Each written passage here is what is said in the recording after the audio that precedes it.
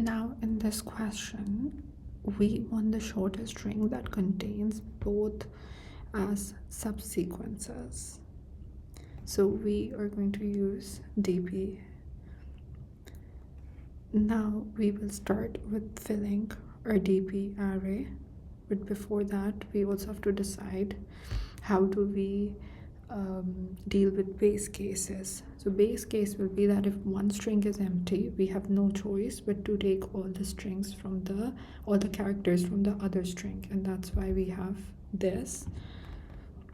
So if your string 1 is empty and your string 2 maybe has CAB like this, then our answer will just automatically be CAB. So we are filling the first row and the first column, so the 0th row and the 0th column technically. Now as we proceed with filling our dp array, so now we have filled the first one, so the 0th one, we will start with 1, go all the way until m plus 1, and j, which is n plus 1. Now what happens if the characters are equal, right? If the characters like over here are equal, then we will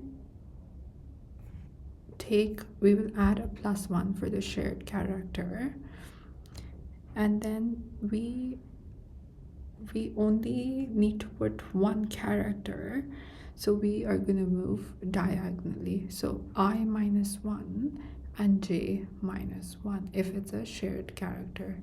If not, then we will choose the minimum of either the left one, so if we take the left character or the right character. What I mean by left or right is that I minus 1 is the row, j is the column, so the one above, or I, so if the row is the same, and the one on the left, so the one above that we calculated or the one on the left, and we are still choosing one character, one of either, right? Either or.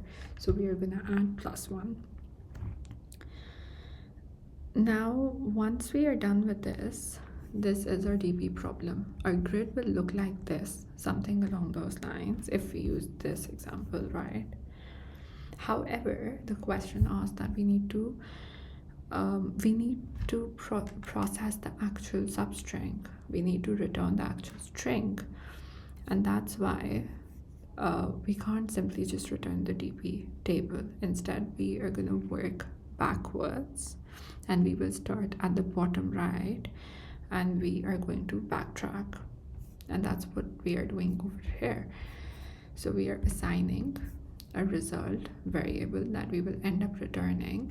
Then I and j is m and n, which is length of string 1, length of string 2, and then while your I is greater than 0 and j is greater than 0 again, we will start by checking if both the characters are same. That's our case 1.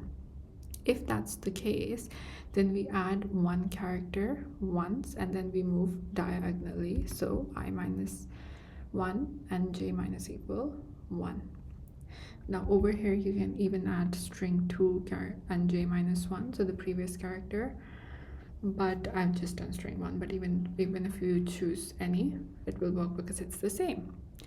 Then else if, so what this means, if I minus 1 is less than j minus 1, so we will choose string 1's character, we will append it and move the string, move ith pointer.